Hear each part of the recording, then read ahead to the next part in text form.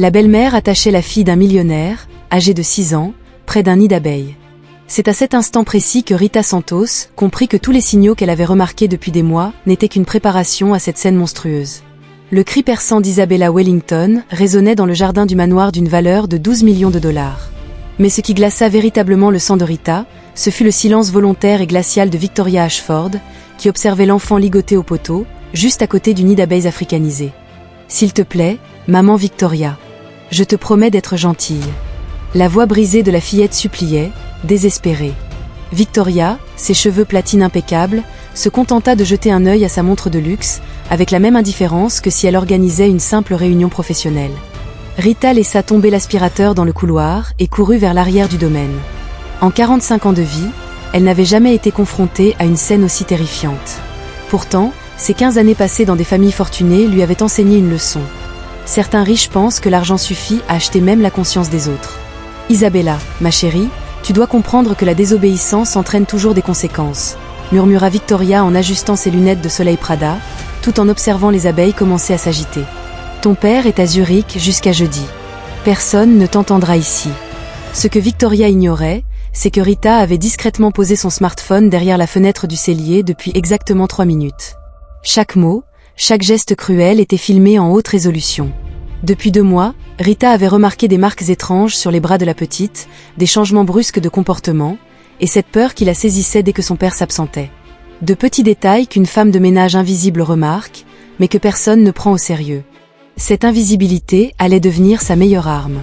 Tandis que Victoria savourait la panique de sa belle-fille, Rita avait déjà transmis la vidéo à 3 personnes. Son avocat, l'assistante sociale du comté, et une journaliste d'investigation qui enquêtait depuis des mois sur des affaires de maltraitance dans des familles influentes. Ce qui se produisit dans les 5 minutes suivantes allait transformer une simple employée de maison en la femme responsable de l'effondrement de l'empire d'une sociopathe. Et Victoria Ashford allait apprendre que sous-estimer quelqu'un peut devenir l'erreur la plus coûteuse d'une vie.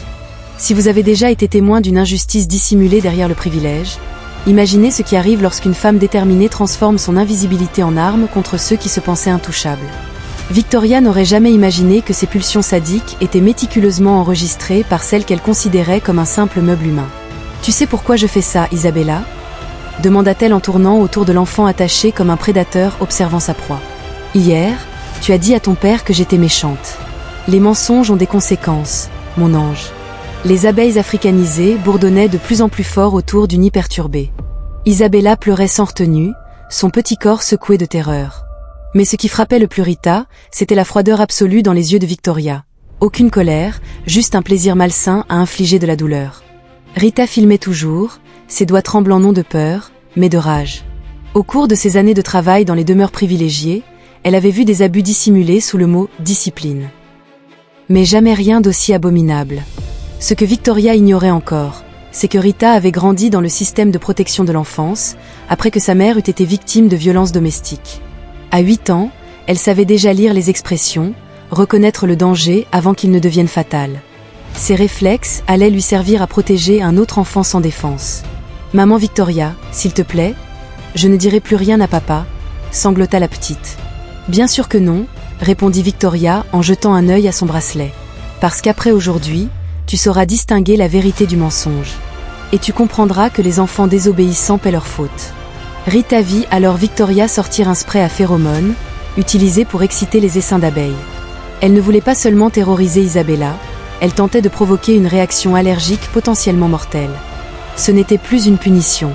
C'était une tentative de meurtre camouflé en accident. Victoria avait choisi les abeilles africanisées pour une raison simple. Leurs attaques peuvent être fatales, surtout pour les enfants. Si Isabella mourait, cela passerait pour un dramatique accident. Victoria deviendrait veuve fortunée, héritière de la fortune Wellington. « Tu sais quel est le problème avec les enfants gâtés comme toi ?» lança Victoria en vaporisant le spray près du nid, ce qui agita encore davantage les insectes. « Vous croyez que le monde doit se plier à vos caprices ?» Pendant que Victoria savourait la panique de l'enfant, Rita envoyait à ses contacts des messages détaillant la situation et son urgence. Mais elle disposait d'un atout que Victoria n'imaginait pas. Avant d'être femme de ménage, Rita était technicienne en urgence médicale. Un accident de voiture avait brisé ses jambes et mis fin à sa carrière. Elle connaissait parfaitement les réactions allergiques graves, les soins après piqûre, et surtout les signes d'abus systématiques. Victoria pensait faire face à une employée ignorante. En réalité, elle était observée par quelqu'un qui avait étudié des comportements violents pendant des années, quelqu'un qui reconnaissait un prédateur bien avant que la violence ne devienne visible. La semaine précédente, Isabella avait soufflé à Rita. « Tante Rita, maman Victoria me fait mal quand papa voyage. » À partir de ce moment, Rita avait assemblé un dossier complet. Photos des bleus, enregistrement des menaces, notes sur le comportement de l'enfant. Pendant que Victoria vérifiait que les abeilles étaient suffisamment excitées, elle croyait avoir élaboré un plan parfait. Elle ignorait que chacun de ses gestes deviendrait une preuve accablante entre les mains d'une femme qui avait consacré sa vie à protéger les plus vulnérables. Chaque seconde renforçait non seulement l'agressivité des abeilles, mais aussi la détermination froide de Rita, qui voyait un enfant glisser vers le même abîme qu'elle avait connu. Ce qui se produisit ensuite transforma l'invisibilité de Rita en une arme redoutable contre une femme persuadée que pouvoir rime avec cruauté. « Les abeilles sont suffisamment agitées », murmura Victoria en rangeant le spray et en vérifiant le chronomètre de son téléphone. 15 minutes devraient suffire pour faire croire à un accident. Rita continuait à filmer, mais ses mains ne tremblaient plus. 15 ans à servir des familles riches lui avaient appris que les puissants font une confiance aveugle aux contrats de confidentialité. Ils croient que l'argent achète le silence éternel. Victoria allait découvrir que certaines choses ne sont pas à vendre. Le téléphone de Rita vibra discrètement. Un message de Marcus, son contact aux services sociaux. « Rita, nous avons reçu la vidéo. Une équipe est en route. Continue d'enregistrer. Cela va définitivement la faire tomber. » Ce que Victoria ignorait, c'est que Marcus Chen n'était pas un simple assistant social. Il était le superviseur régional chargé des enquêtes sur les cas de maltraitance dans les familles fortunées. Un homme qui, depuis des années, cherchait des preuves contre les Wellington, après que 3 autres enfants avaient été, accidentellement, blessés sous la surveillance de leur précédente belle-mère. « Isabella, tu apprends aujourd'hui une leçon importante sur les conséquences », déclara Victoria en tournant paresseusement autour de l'enfant, tandis que le bourdonnement menaçant des abeilles s'amplifiait. Les enfants menteurs doivent comprendre qu'il y a un prix à payer. Rita la vit sortir un second spray de sa poche, portant cette fois une étiquette différente. Ce n'était pas un simple produit pour exciter les abeilles, mais un concentré utilisé en entomologie pour attirer spécifiquement les abeilles africanisées et amplifier leurs comportements agressifs. Victoria avait soigneusement étudié comment rendre l'attaque à la fois mortelle et incontrôlable. C'est à cet instant que Rita comprit qu'elle n'était pas en train de filmer une simple maltraitance, mais un homicide prémédité maquillé en accident domestique. Victoria avait planifié chaque détail. Le voyage du père à l'étranger, le licenciement de la plupart des employés pour éviter les témoins, et même le chronomètre destiné à mesurer la durée exacte nécessaire pour provoquer un choc anaphylactique fatal. Rita envoya un message discret à Samantha Brooks, la journaliste d'investigation. « Sam, j'ai la preuve que tu cherchais depuis des années. » Victoria, Ashford tentant ce moment d'assassiner Isabella Wellington. « Diffuse en direct si tu peux. » La réponse arriva presque immédiatement. « Rita, tu es une héroïne. Diffusion en direct dans 2 minutes. Continue à filmer. On va faire tomber tout son empire. » Ce que Victoria ne savait pas non plus, c'est que Rita possédait des compétences médicales avancées avant l'accident qui l'avait forcée à changer de métier. Pendant 8 ans, elle avait travaillé comme technicienne en urgence pédiatrique, soignant des centaines de cas d'anaphylaxie sévère. Elle connaissait par cœur les symptômes, leur progression et le temps de survie des enfants exposés. « Maman Victoria, j'arrive plus à respirer. » Isabella sanglotait, la voix étranglée, tandis que les premières abeilles se posaient sur ses bras. « C'est normal, ma chérie, » répondit Victoria d'un ton glacé. « Bientôt, tu arrêteras de mentir pour de bon. » Le chronomètre du téléphone de Victoria affichait 12 minutes. Elle avait calculé que 15 suffirait pour simuler un accident. Mais Rita savait qu'à 6 ans, un choc anaphylactique devenait irréversible après 8 à 10 minutes d'exposition intense. Victoria n'intimidait plus l'enfant, elle mettait son plan meurtrier à exécution. Pendant que la femme ajustait ses lunettes Prada pour mieux contempler la souffrance d'Isabella, Rita consulta discrètement la réponse du docteur Jennifer Walsh, son ancienne superviseure à l'hôpital pour enfants. « Rita, il y a des épipens dans l'armoire d'urgence de la cuisine. Code 4791. Une ambulance pédiatrique est déjà en route. Tu as sauvé cet enfant. » L'ironie était amère. Victoria avait renvoyé tout le personnel pour garantir la confidentialité de son crime, mais avait gardé Rita, persuadée qu'une femme de ménage était invisible et incapable. Cette invisibilité permettait désormais à Rita d'enregistrer, d'alerter et de coordonner un sauvetage sans être repérée. 10 minutes restantes, murmura Victoria, vérifiant encore son chronomètre tout en vaporisant davantage de concentré près du nid. Le bourdonnement était maintenant assourdissant. Isabella montrait des signes clairs de détresse respiratoire. Rita vit apparaître une piqûre sur son cou, puis une autre sur son bras. La peau de la fillette rougissait et enflait rapidement, les signes d'une réaction allergique grave et imminemment mortelle. Puis Rita remarqua quelque chose qui la paralysa d'effroi. Victoria filmait la scène avec une caméra professionnelle dissimulée derrière un arbre décoratif. Elle ne se contentait pas de tuer. Elle enregistrait le meurtre pour son propre plaisir sadique. « Tu filmes ça ?» murmura Rita, bouleversée, en ajustant l'angle de son propre téléphone pour capturer également la caméra cachée. Victoria sourit pour la première fois, affichant une expression terrifiante de satisfaction pure. « Bien sûr que je filme, ma petite Isabella. Je dois pouvoir montrer aux autorités que j'ai tout fait pour te sauver. » Le dernier message de Marcus arriva. « Rita, nous avons tout. Ne t'approche pas, Samantha diffuse en direct devant 50 000 personnes. Victoria Ashford est en train de s'incriminer elle-même sur toutes les chaînes. » Rita observa le chronomètre qui affichait 8 minutes. Isabella était gonflée, suffoquait et présentait les signes d'un choc anaphylactique avancé. Mais Rita avait cette lueur dans les yeux que Victoria, aveuglée par son sadisme, ne pouvait pas remarquer. La femme de ménage invisible venait d'orchestrer, en 15 minutes, la chute la plus publique qu'une manipulatrice de l'élite pouvait subir. Et Victoria, absorbée par sa propre cruauté, n'avait pas compris que chacun de ses gestes était diffusé à des dizaines de milliers de témoins horrifiés. Ce qui suivit dans les 2 minutes suivantes allait non seulement sauver Isabella, mais transformer Rita Santos en héroïne ayant révélé l'un des crimes les plus atroces jamais commis contre un enfant. Le chronomètre de Victoria venait d'atteindre 7 minutes lorsqu'un bruit inattendu déchira l'air, le hurlement des sirènes qui approchaient du manoir. « Bon sang !» murmura Victoria, interrompant enfin sa contemplation morbide. Isabella continuait d'être attaquée, son corps enflé, sa respiration critique. Rita observait par la fenêtre l'arrivée simultanée de 3 ambulances, 2 voitures de police et un camion de pompiers. Ces contacts avaient lancé une opération de sauvetage complète en un temps record. Ce que Victoria ignorait encore, c'est que son crime était diffusé en direct devant plus de 75 000 spectateurs. « Isabella, Isabella, où es-tu » La voix déchirée de Robert Wellington résonna dans tout le domaine. Le millionnaire courait vers le jardin, accompagné d'une équipe médicale pédiatrique. Victoria blêmit. Robert était censé être à Zurich jusqu'à jeudi. Il ne pouvait pas être là.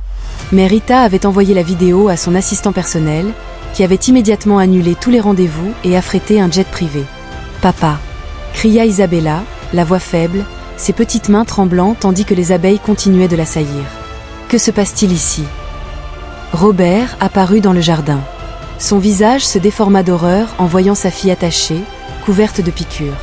Son regard se tourna vers Victoria, qui tenait encore le spray de phéromone, lunettes Prada comme protection. « Robert, je suis tellement soulagée que tu sois là », improvisa Victoria, tentant de jouer la victime. Isabella jouait près du nid et les abeilles l'ont attaquée. J'essayais de l'aider mais... Mensonge. La voix de Rita claqua comme un coup de fouet. Elle surgit de la maison, un épipan à la main, courant vers l'enfant. Elle a attaché Isabella au poteau et a pulvérisé des phéromones pour attirer les abeilles. J'ai tout enregistré. Victoria tenta de protester, mais déjà le docteur Jennifer Walsh administrait l'épinéphrine à Isabella, tandis qu'une équipe spécialisée intervenait pour faire fuir les abeilles. Rita Santos, vous êtes en direct depuis 18 minutes, annonça Samantha Brooks en s'approchant, caméra professionnelle à la main. Des milliers de personnes ont vu Victoria Ashford déclarer que les enfants menteurs doivent payer, tout en torturant une fillette de 6 ans. Le visage de Victoria se figea en une grimace de panique pure. Vous n'avez pas le droit de filmer ici. C'est une propriété privée. Bien sûr que si, la coupa le détective Marcus Chen en brandissant un mandat. Rita a fourni assez de preuves pour ouvrir immédiatement une enquête pour tentative de meurtre sur mineur. Et étant donné que votre confession a été diffusée en direct à des centaines de milliers de personnes, nous n'aurons pas besoin de beaucoup plus. Robert Wellington fixait sa femme avec un mélange d'horreur et de dégoût, la main d'Isabella serrée dans la sienne, tandis qu'elle était placée sur la civière. « Victoria, pourquoi ? Pourquoi as-tu fait ça à ma fille ?» Robert tremblait de rage. « Je voulais simplement la discipliner. » hurla Victoria, perdant enfin tout contrôle. Cette enfant gâtée devait comprendre qu'elle ne peut pas mentir à mon sujet. Qu'elle ne peut pas inventer des histoires d'abus. Vous venez d'avouer en direct que vous maltraitiez un enfant, déclara le détective Chen en lui passant les menottes. Et vous êtes en plus coupable de tentative de meurtre par exposition volontaire à des abeilles africanisées sur une mineure ayant des antécédents allergiques. Rita observa les ambulanciers qui s'efforçaient de stabiliser Isabella. Le gonflement diminuait peu à peu grâce à l'épinéphrine. La fillette était consciente, respirait à nouveau, mais restait terrifiée et en état de choc.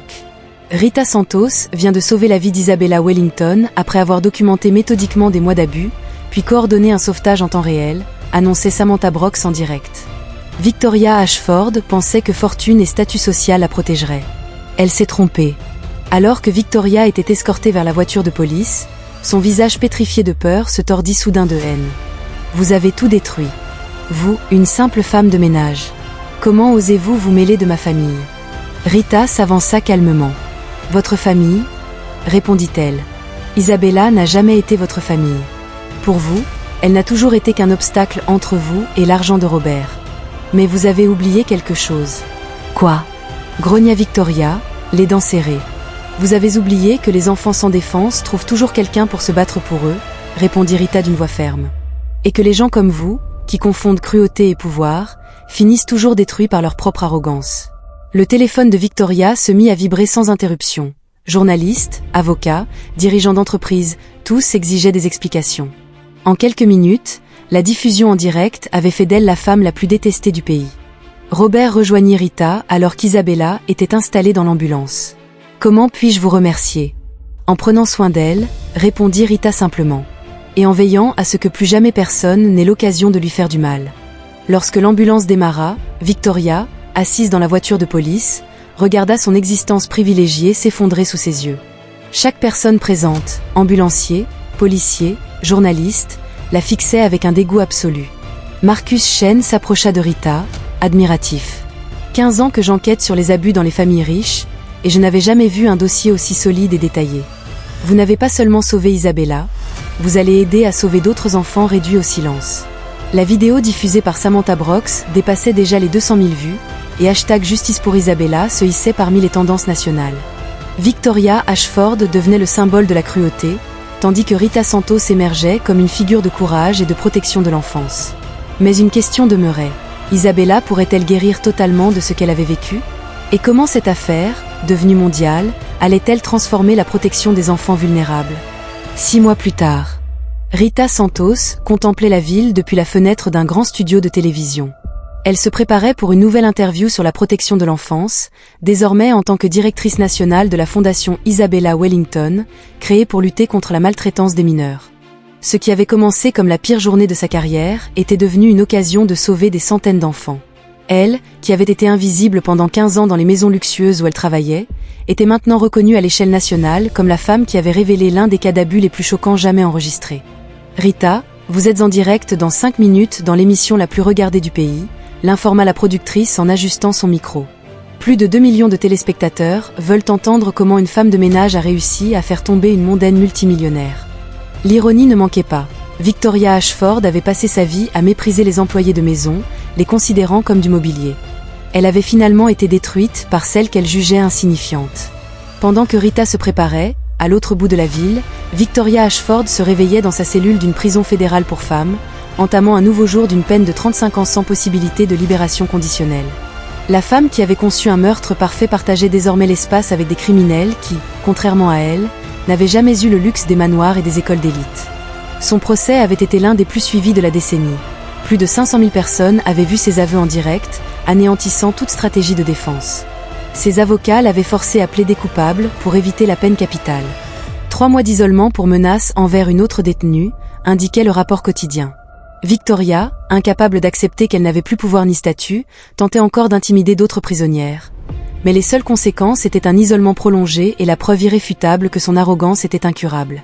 De son côté, Robert Wellington, ravagé d'avoir épousé une meurtrière, s'était installé en Europe avec Isabella pour reconstruire leur vie loin des médias. Avant de partir, il avait créé un fonds fiduciaire de 50 millions de dollars pour combattre la maltraitance infantile, avec Rita comme administratrice principale. « Papa, tante Rita va encore passer à la télévision ?» demanda Isabella, aujourd'hui âgée de 7 ans, lors d'un appel vidéo. L'enfant était entièrement remise de ses piqûres, et grâce à une thérapie spécialisée et à l'amour inconditionnel de son père, guérissait aussi de son traumatisme. « Oui, ma chérie », sourit Robert en la regardant jouer dans sa nouvelle chambre londonienne. « Tante Rita aide d'autres enfants qui ont vécu des choses difficiles, comme toi. Isabella était devenue, malgré elle, un symbole de la lutte contre la maltraitance des enfants. L'histoire d'Isabella, racontée avec délicatesse et dans un langage adapté à son âge, inspira bientôt des campagnes nationales de sensibilisation. L'enfant que Victoria avait tenté de réduire au silence devint la voix qui alertait d'autres familles sur les signes de maltraitance domestique. Marcus Chen, responsable de l'enquête, observait avec satisfaction l'augmentation mensuelle des signalements de maltraitance infantile arrivant dans son service. L'affaire Victoria Ashford a tout bouleversé, expliquait-il aux nouveaux assistants sociaux lors des formations. Les gens ont enfin compris que richesse et statut social n'empêchent pas la commission des pires crimes. Le hashtag Justice pour Isabella avait évolué vers hashtag Écoutez les enfants, un mouvement national exhortant les adultes à prendre au sérieux la parole des enfants victimes, quel que soit le rang social des agresseurs présumés. Plus de 200 enfants avaient été retirés de situations dangereuses grâce à des tuteurs qui avaient reconnu, dans leur foyer, des schémas similaires à ceux révélés par le cas d'Isabella. Samantha Brox, la journaliste d'investigation qui avait diffusé le sauvetage en direct, animait désormais une émission hebdomadaire sur les enjeux de justice sociale. Elle citait toujours Rita comme l'exemple parfait d'une personne déterminée capable de transformer tout un système de protection de l'enfance. Vous savez que Rita Santos n'était pas seulement une femme de ménage, n'est-ce pas ? Disait-elle souvent lors de conférences universitaires.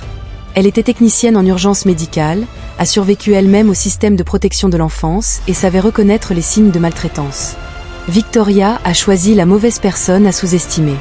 Dans le studio de télévision, Rita ajusta le blazer bleu marine qu'elle avait acheté pour représenter dignement toutes les employées de maison qui, comme elle, étaient souvent témoins de situations inquiétantes sans être écoutées. « Rita, êtes-vous prête ?»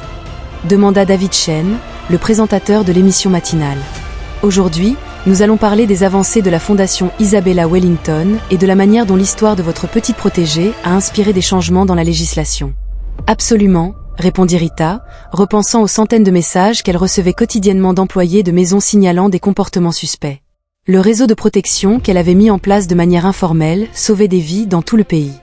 En direct, Rita expliqua comment elle avait transformé le traumatisme vécu par Isabella en un système national de signalement anonyme destiné aux employés de maisons témoins de maltraitance. La vérité, c'est que les employés de maison voient tout, dit-elle avec calme. Nous sommes invisibles aux yeux des familles qui nous emploient, et cette invisibilité nous permet de remarquer des comportements que d'autres ignorent. Victoria Ashford a commis l'erreur de croire que je n'étais qu'un élément de décor dans sa maison. David Chen hocha la tête, toujours impressionné. Et maintenant, 6 mois plus tard, Victoria Ashford purge une peine de 35 ans de prison.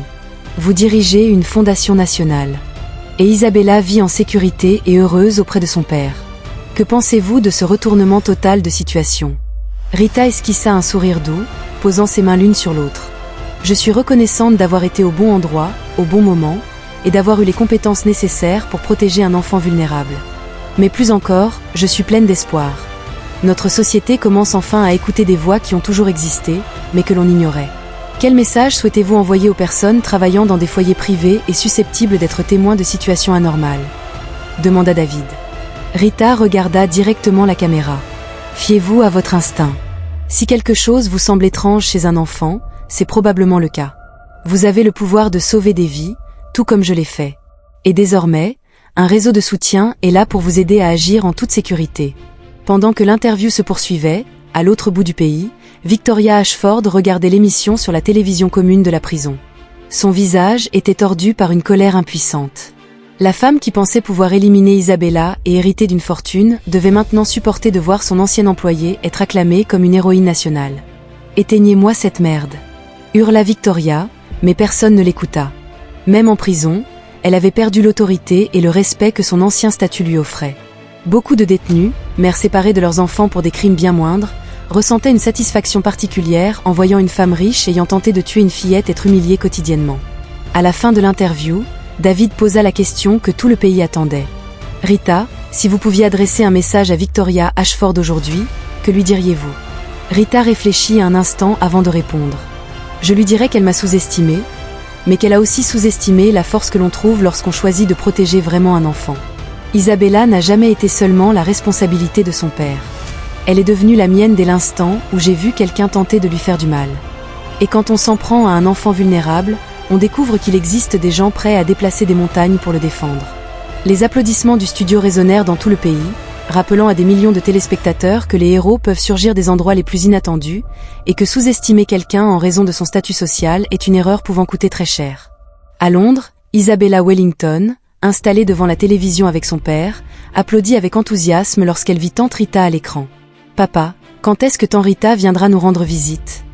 demanda-t-elle joyeusement. « Dans quelques semaines, ma chérie, » répondit Robert en serrant sa fille contre lui. « Elle veut voir ta nouvelle école et découvrir comment tu t'habitues à ta vie ici. » L'histoire, qui avait commencé par une tentative de meurtre d'une cruauté inimaginable, s'était transformée en un vaste réseau national de protection de l'enfance, en réforme législative majeure et en un exemple inspirant de la manière dont une personne déterminée peut convertir une tragédie en espoir.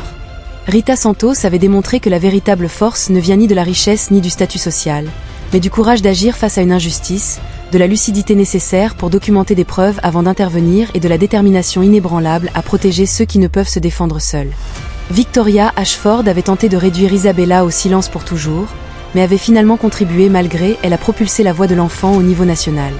Elle avait voulu maintenir Rita dans l'ombre, mais l'avait involontairement transformée en l'une des figures les plus visibles et influentes dans la lutte contre la maltraitance infantile.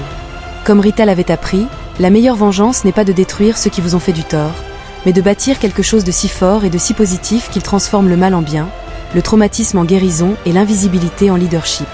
Si vous croyez, vous aussi, que la véritable justice naît du courage d'agir lorsque d'autres préfèrent se taire, abonnez-vous à cette chaîne et partagez cette histoire.